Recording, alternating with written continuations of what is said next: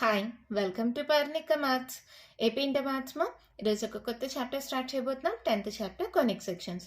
ఈ వీడియోలో ఈ చాప్టర్కి సంబంధించిన ఇంట్రొడక్షన్ చూద్దాం. అసలు కోనిక్ సెక్షన్స్ అంటే ఏంటి, అవి ఎలా ఫామ్ అవుతాయి, అవన్నీ ఈ వీడియోలో తెలుసుకుందాం. దానికోసం ఒక రెండు స్ట్రైట్ లైన్స్ని కన్సిడర్ చేసుకుందాం. స్ట్రైట్ లైన్ ఎల్ అనేది ఫిక్స్డ్ అంటే అది మూవ్ అవ్వదు. ఇంకో స్ట్రైట్ లైన్ ఎం ఉంది. ఈ రెండు స్ట్రైట్ లైన్స్ ఒక పాయింట్ దగ్గర ఇంటర్సెక్ట్ అవుతున్నాయి. ఆ పాయింట్ వి అనుకుందాం. ఆ పాయింట్ కూడా మూవ్ అవ్వదు.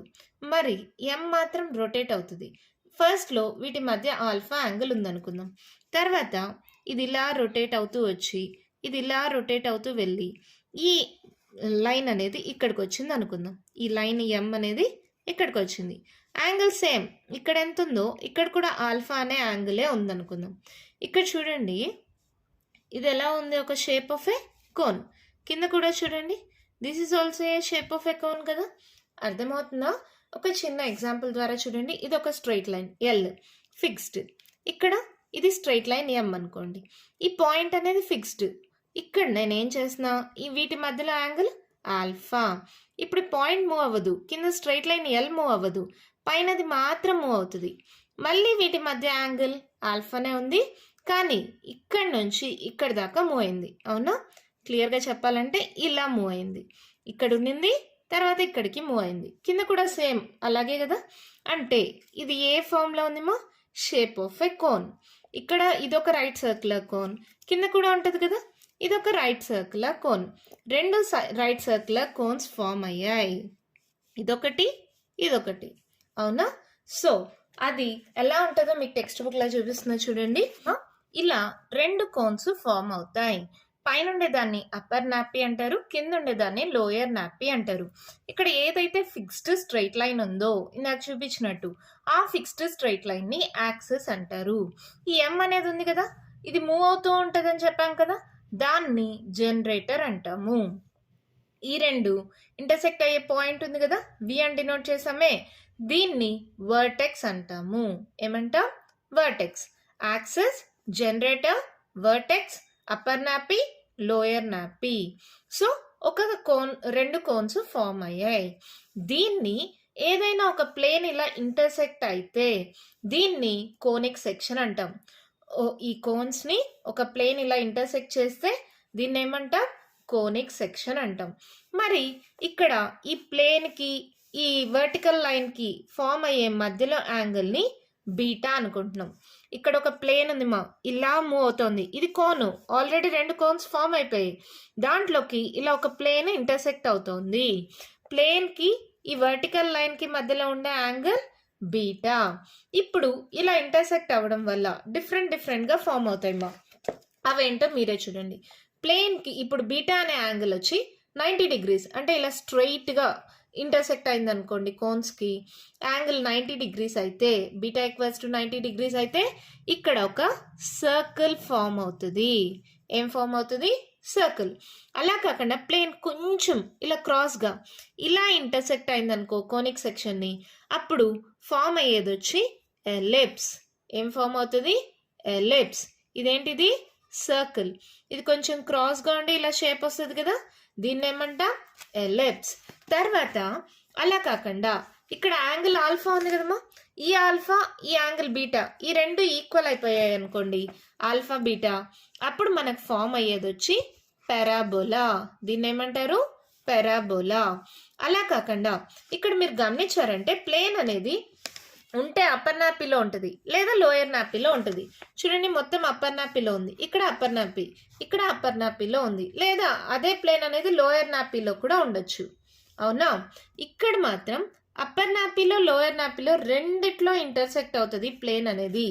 ఇలా కిందకు వస్తుంది మా. సో ఇలా కిందకో లేదా ఇలా పైకో వెళ్తుంది, రెండు కోన్స్ ని ఇంటర్సెక్ట్ చేస్తుంది. అప్పుడు మనకి ఫామ్ అయ్యేది వచ్చి హైపర్బోలా.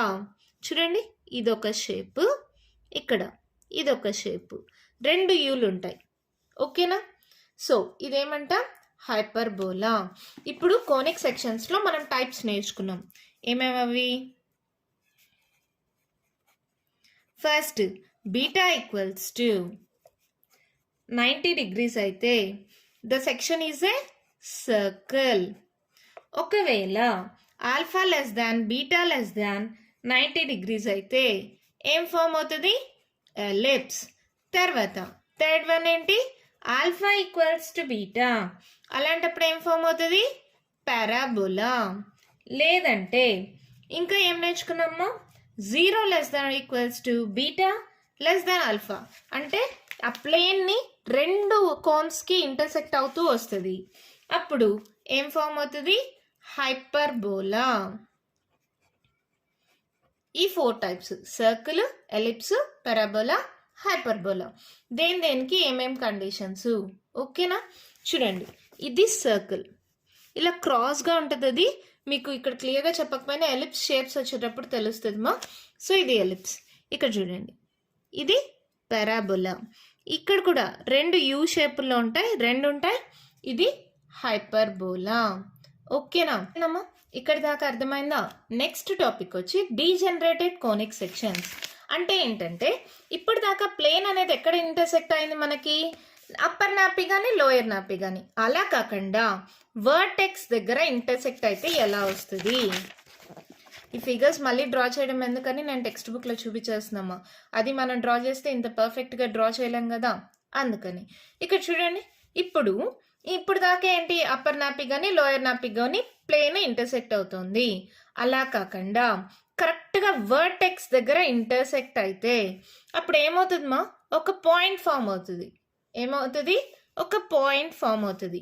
ఎప్పుడు ఇది మనకి? అది సర్కిల్ అవ్వచ్చు లేదా ఎలిప్స్ అవ్వచ్చు. సో మనం ఇక్కడైతే సర్కిల్ అయితే 90 degrees కాబట్టి ఈ కన్సిడర్ చేసుకోకుండా ఈ కేస్ కన్సిడర్ చేసుకుందాం. అదేంటి? Alpha less than beta less than equals to 90 degrees.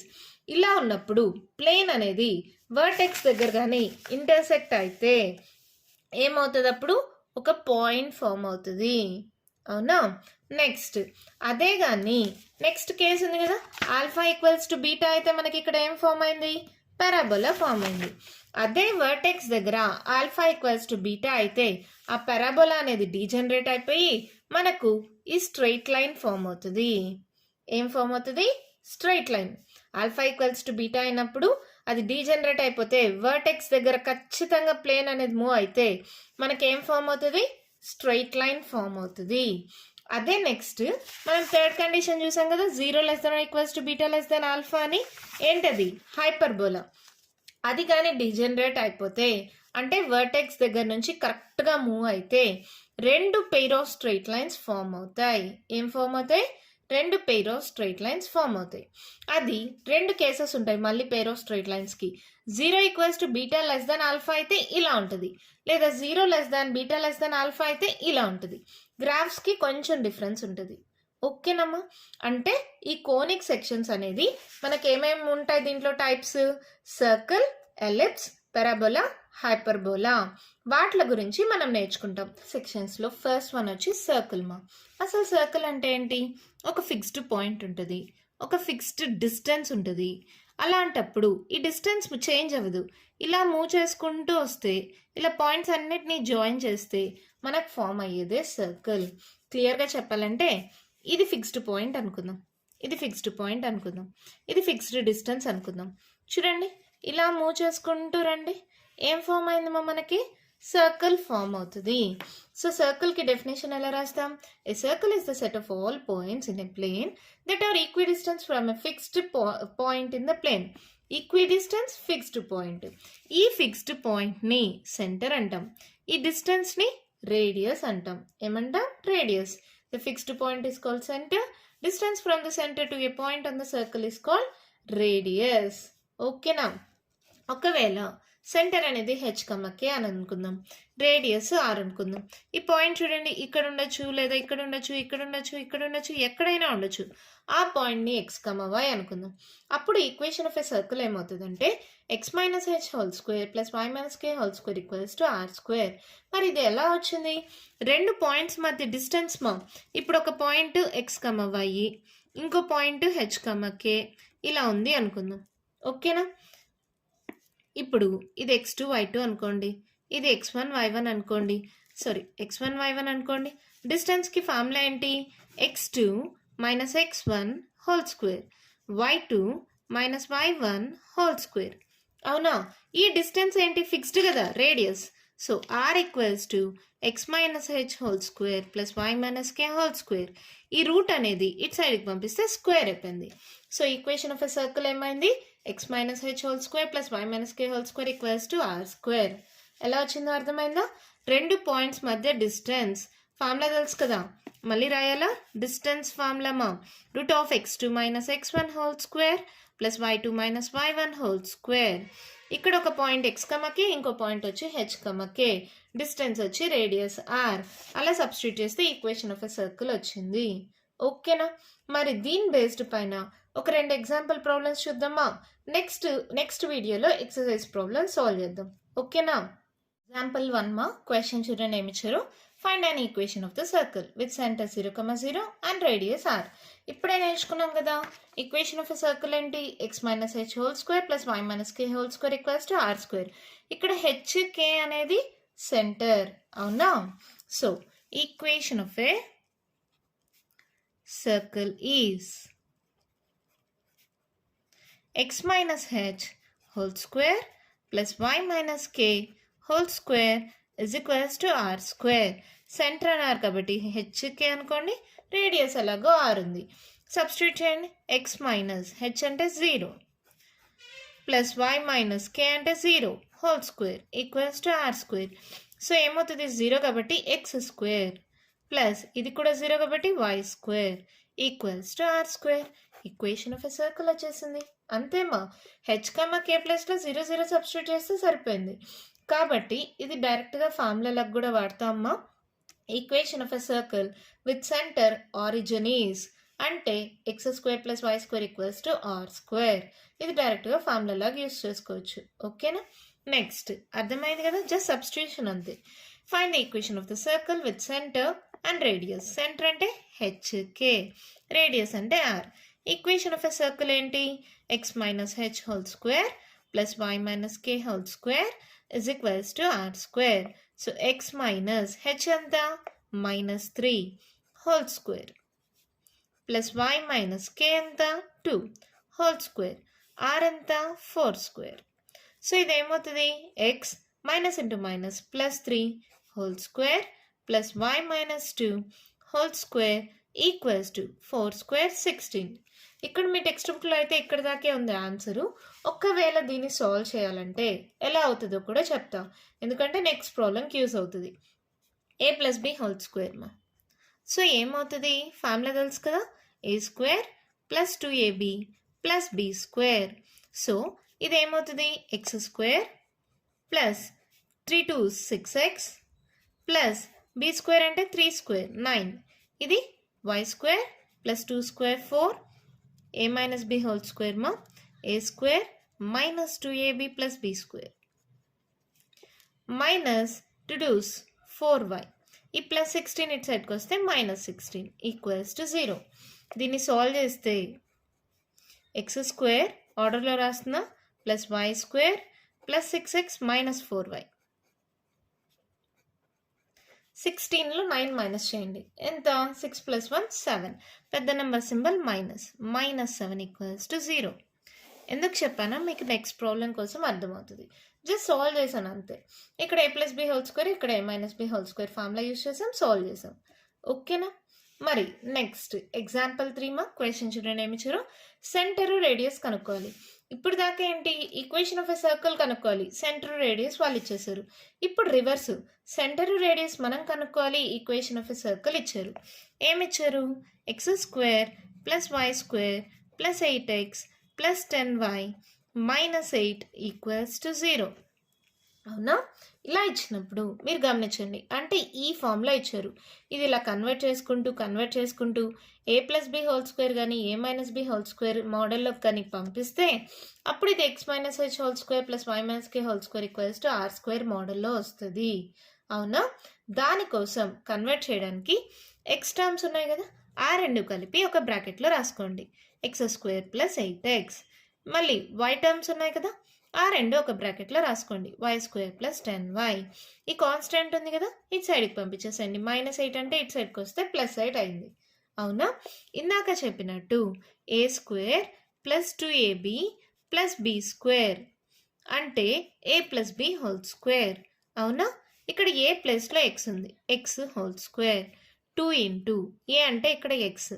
మరి బి ఏంటి, ఇక్కడ 8 ఉంది. 2తో ఏ నెంబర్ మల్టిప్లై చేస్తే 8 వస్తుంది, 4 2s are 8 కదా. అంటే ఇక్కడ బి ఏమవుతుంది, 4 అవుతుంది. ఇక్కడ బి స్క్వేర్ అంటే 4 స్క్వేర్ ఉండాలి. మరి 4 స్క్వేర్ లేదు, ఏం చేయాలి, ఇటు సైడ్ 4 స్క్వేర్ని యాడ్ చేసుకుందాం. ఓకేనా, ఇది దీనికి చూడండి, same y square plus 2 into y into b. ఏ నంబర్ పెడితే నాకు 10 వస్తుంది, 2 5s are 10 కదా. అంటే ఇక్కడ 5 రావాలి. అంటే ఇక్కడ ఏముండాలి, 5 స్క్వేర్ ఉండాలి, బి స్క్వేర్ ఉండాలి కదా. సో ఇక్కడ ఏంటి, 4 స్క్వేర్ లేదు, 5 స్క్వేర్ లేదు. అందుకని ఏం చేద్దాం, adding 4 square plus 5 square on both sides. ఓకేనా, adding 4 square plus 5 square on both sides. ఓకేనమ్మా, ఈ 4 స్క్వేర్ అనేది దీనికి యాడ్ చేయండి, 5 స్క్వేర్ అనేది దీనికి యాడ్ చేయండి. X square plus 8x plus 4 square, y square plus 10y plus 5 square. ఇక్కడ ఏ నెంబర్ అయితే యాడ్ చేసామో ఇక్కడ కూడా అదే చేయాలి కదా, 4 స్క్వేర్ ప్లస్ 5 స్క్వేర్. అర్థమవుతుందా నేను ఏం చేశాను, ఇక్కడ ఏ స్క్వేర్ ప్లస్ 2ab ఉంది, బి స్క్వేర్ లేదు. సో రెండు పక్కల బి స్క్వేర్ వాల్యూని రెండిటికి యాడ్ చేశాను. ఇప్పుడు చూడండి, a square plus B square plus 2ab మోడల్లో ఉంది, అవునా కదా. అంటే దీన్ని మొత్తాన్ని ఎలా రాయొచ్చు, a plus B whole square అంటే ఎక్స్ ప్లస్ 4 హోల్ స్క్వేర్. దీన్ని కూడా అలాగే కదా, y plus 5 whole square is equals to, దీన్ని సాల్వ్ చేయండి మా, 8 plus 4 square 16, 5 square 25, 16 plus 25 plus 8. ఈ పక్క ఇవన్నీ యాడ్ చేసుకోండి, ఏమవుతుంది, 5 10 దీనికి 1 ఇస్తే 19, 2 3 4 49, అవునా. సో ఇది ఏమవుతుంది, x plus 4 whole square plus y plus 5 whole square equals to 49. ఇలా వచ్చింది, కానీ నాకు ఏ మోడల్లో ఉండాలి, ఈ మోడల్లో ఉండాలి. X minus H whole square plus why minus K whole square equals to are square. అంటే దీన్ని ఎలా రాయొచ్చు, x minus of -4 whole square. ఇది కూడా y minus of -5 whole square. 49 అంటే 7 స్క్వేర్. ఇప్పుడు చూడండి, x minus H whole square plus why minus K whole square equals to are square మోడల్లో ఉంది. బై కంపేర్ చేసుకుంటే హెచ్ వాల్యూ ఏమవుతుంది, h equals to -4, K equals to -5, r equals to 7. Therefore centre equals to h comma k కదా, అంటే -4, -5. Radius equals to r, that equals to 7. అంతే, మన problem complete అయిపోయింది. సింపుల్గా ఉంది కదా, అర్థమైంది కదా. ఇలా ఇచ్చినప్పుడు x terms y terms separate చేసుకోండి. ఏదైనా కాన్స్టెంట్ ఉంటే ఇంకో సైడ్కి పంపించేసేయండి. తర్వాత a square plus 2ab plus B square కానీ a square minus 2ab plus B square, ఇక్కడ మైనస్ ఉందనుకోండి, -2ab plus B square, a minus B whole square formula use చేస్తాం. ప్రాసెస్ అంతా సేమే. ఇక్కడ ఏ స్క్వేర్ ప్లస్ 2ab ఉంటుంది, b square లేదు. So b స్క్వేర్ని రెండు సైడ్స్ యాడ్ చేసుకున్నాం, దీనికి రెండిటికి. ఇది ఏ square plus 2ab plus B square, a square plus 2ab plus B square మోడల్లో ఉంది. ఇక్కడ ఆ రెండు టర్మ్స్ని యాడ్ చేసుకున్నాం కదా, దీన్ని సాల్వ్ చేస్తే ఇలా వచ్చింది. నాకు x minus H whole square plus why minus K whole square equals to are square మోడల్లో రావాలి. దానికోసం మైనస్ ఇంటూ మైనస్ ప్లస్ అవుతుంది కదా, సో ఇలా రాసుకోవచ్చు కదా. H value -4, k value -5, r value 7. So centre వచ్చి -4, -5. ఓకేనా, అర్థమైందా. ప్రాబ్లమ్స్ అన్నీ మనం ఇలాగే సాల్వ్ చేస్తామా. ఎగ్జాంపుల్ 4 కూడా ఉంది, అది ఇప్పుడే చెప్పానంటే చాలా కన్ఫ్యూజ్ అయిపోతారు, ప్లస్ అప్పుడే కష్టం అని కూడా ఫీల్ అవుతారు. సో నెక్స్ట్ వీడియోలో నేను ఎక్సర్సైజ్ చెప్పేటప్పుడు ఎగ్జాంపుల్ 4 కూడా ఎక్స్ప్లెయిన్ చేస్తాను.